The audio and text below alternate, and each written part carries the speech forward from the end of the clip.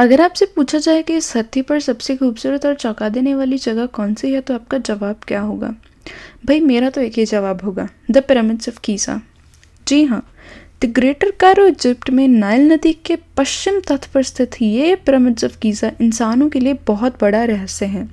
यूँ तो पूरा का पूरा इजिप्ट ही कई रहस्यमय जगहों से भरा हुआ है, लेकिन आज हम बात करने वाले हैं पिरामिड्स ऑफ गीज़ा के बारे में। नमस्कार दोस्तों, स्वागत है आपका मेरे चैनल फैक्टोपीडिया 101 में।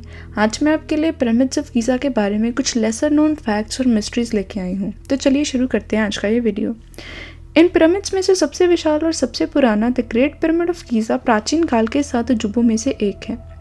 4500 साल पुराना यह पिरामिड उन 7 अजूबों में से एक अकेला ऐसा है जो आज भी मौजूद है। बाकी के 6 अजूबे समय की धूल में कहाँ गायब हो गए ये कोई नहीं जानता। आईफिल टावर के निर्माण से पहले भी ये 139 मीटर लंबा ग्रेट पिरामिड ऑफ गीज़ा दुनिया की सबसे ऊंची मैन मेड इमारत थी। इन पिरामिड्स को देखने के लिए हर वर्ष तकरीबन 14.7 मिलियन टूरिस्ट इजिप्ट आते हैं। लेकिन सबसे बड़ा सवाल तो यह है कि इन पिरामिड्स को बनाया कैसे गया था। इन पिरामिड्स को फरोहा खुफू के राजकाल में बनाया गया था। वैज्ञानिकों के मुताबिक इनको बनने में तकरीबन 20 वर्ष का समय लगा होगा। The great pyramid of Giza 23 million पत्थरों से बना है और इसमें लगा एक एक पत्थर तकरीबन 2.5 से 3 टन यानी कि ऑन एन एवरेज 2700 किलोग्राम का होगा। लेकिन क्या आप सोच सकते हैं 4500 वर्ष पूर्व हमारे पास ऐसी कोई टेक्नोलॉजी होगी जिससे कि हम इतने भारी भारी पत्थर एक जगह से दूसरी जगह ले जाकर इतने विशालकाय पिरामिड का निर्माण कर सकें? सुनने में तो बिल्कुल ही नामुमकिन लगता है। ये पत्थर लाइमस्टोन से बने हैं जो दिखने में बहुत ही नेचुरल लगते हैं। पहले ऐसा लगता था कि ये किसी बड़े पत्थरों से तोड़ के कार्व करके बनाए गए हैं और फिर इन्हें पिरामिड्स में लगाया गया है।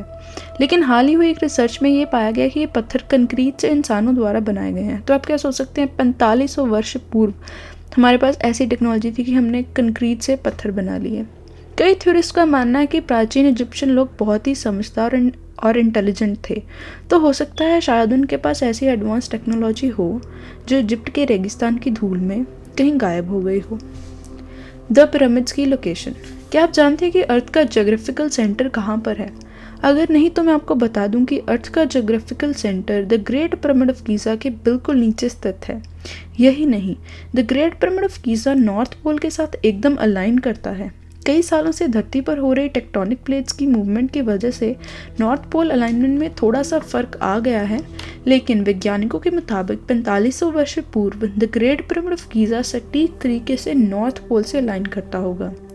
ये सब इत्तेफाक भी हो सकते हैं, लेकिन ऐसा लगता नहीं है। इन फैक्ट्स को जानकर ऐसा लगता है कि इन पिरामिड्स का निर्माण एक बारीक योजना के तहत किया गया होगा। लेकिन 4500 वर्ष पूर्व तक तो हम इंसान ये भी नहीं जानते थे कि पृथ्वी गोल है। इंसानों को ऐसा लगता था कि पृथ्वी फ्लैट है और अगर वो सेंटर से ज़्यादा दूर जाएंगे तो वो गिर सकते हैं। तो इतने वर्ष पूर्व उन लोगों ने इतनी सटीक नॉलेज ऑफ डायरेक्शन से ऐसे पिरामिड्स का निर्माण कैसे कर लिया? कई थ्योरिस्ट मानते हैं कि उनकी मदद दूसरे ग्रह से आए प्राणी यानी कि एलियंस ने की थी। शायद उस समय एलियंस के पास ऐसी टेक्नोलॉजी थी, लेकिन इस पे भी कई थ्योरीज हैं। कई थ्योरीज मानती हैं कि एलियंस हमारे मित्र थे और हमारी मदद कर रहे थे। कई थ्योरीज मानती हैं कि हम एलियन के गुलाम थे और एलियंस हमारे ऊपर एक्सपेरिमेंट कर रहे थे, वैसे ही जैसे आजकल में इंसान जानवरों पर एक्सपेरिमेंट करते हैं। लेकिन सच क्या है ये कोई भी नहीं जानता। Why were these pyramids made? प्राचीन इजिप्शियन लोगों का ये मानना है कि इंसान की मृत्यु के बाद भी जीवन होता है, जिसे का कहा जाता है। का यानी कि सेकेंड लाइफ। ऐसा माना जाता है कि इन पिरामिड्स में इजिप्शियन फरोहा खुफू और उनके परिवारजन को दफनाया गया था। फरोहा खुफू को the great pyramid of Giza में दफनाया गया था और इनका मकबरा बहुत ही खुफिया है, जिसे इंसान भी आज तक ढूंढ नहीं पाए हैं। फरोहा खुफू को भरपूर खजाने के साथ दफनाया गया था ताकि उन्हें अपने का यानी कि सेकेंड लाइफ में कोई भी तकलीफ ना हो। सन 1925 में मोहम्मदीन इब्राहिम नाम का एक फोटोग्राफर जब इन पिरामिड्स की तस्वीरें ले रहा था तो उसने एक छोटे वाले पिरामिड के पास प्लास्टर का एक पैच देखा जो उसे दिखने में काफ़ी अजीब लगा। उसने तुरंत उस रिसर्चर को खबर की जिसके लिए वो तस्वीरें ले रहा था। इसके बाद की गई खोज में उन्हें धरती के नीचे जाता एक स्टेयरकेस मिला। इसके 10 वर्ष पूर्व तक खोज चलती रही और फाइनली 10 वर्ष बाद उन्हें रानी हैटरफेरिस यानी फरोहा खुफू की माँ का मकबरा मिल गया। लेकिन सबसे हैरानी की बात तो यह है कि उस मकबरे में रानी हैटरफेरिस के कोई भी अवशेष या कोई भी मम्मी मौजूद नहीं थी, वो पूरी तरीके से खाली था। ऐसे ही सन 2010 में the great pyramid of Giza में मौजूद सीक्रेट चैम्बर के दरवाजे पर छेद कर उसमें एक रोबो को कैमरे के साथ भेजा गया था। इस तस्वीर को लेने के बाद वो रोबो रहस्यमय तरीके से गायब हो गया। हाल ही हुई एक रिसर्च में वैज्ञानिकों ने एक बड़े से चैम्बर की खोज की है the great pyramid of Giza में।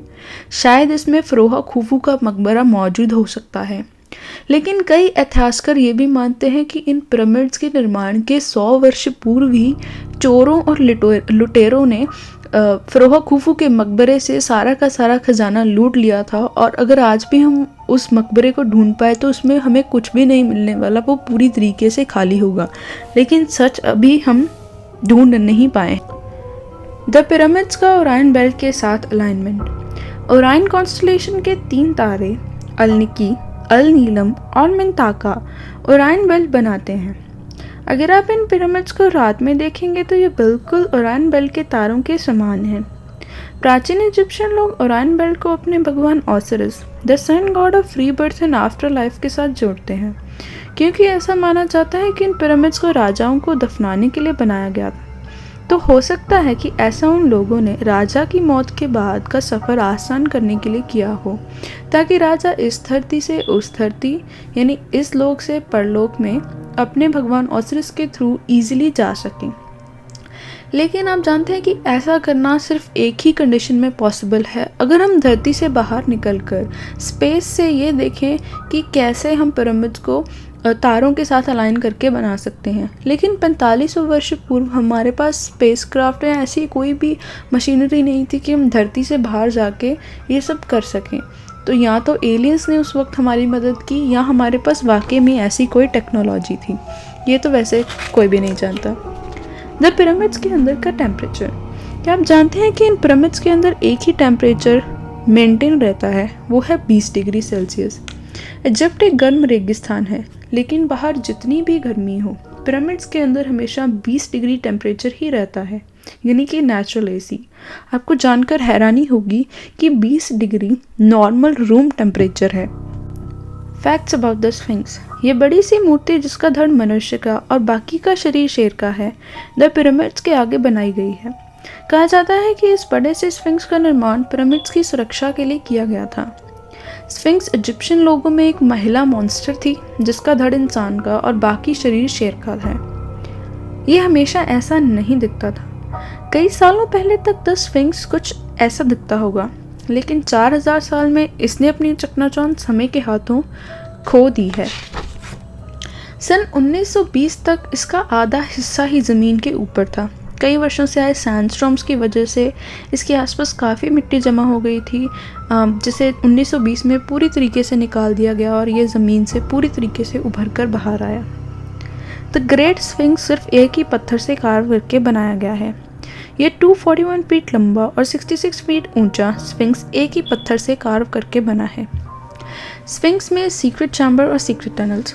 स्फिंक्स के अंदर कई सीक्रेट चैम्बर और टनल्स मौजूद हैं, लेकिन शोधकर्ताओं को इसकी जांच करने की परमिशन सरकार के द्वारा नहीं दी गई। अब स्फिंक्स में यह टनल क्यों और किस लिए बनाई गई ये कोई नहीं जानता। क्या ये टनल पिरामिड से जाकर भी मिलते हैं, ये भी हम नहीं जानते। खैर, अब वक्त है कुछ बोनस फैक्ट्स का।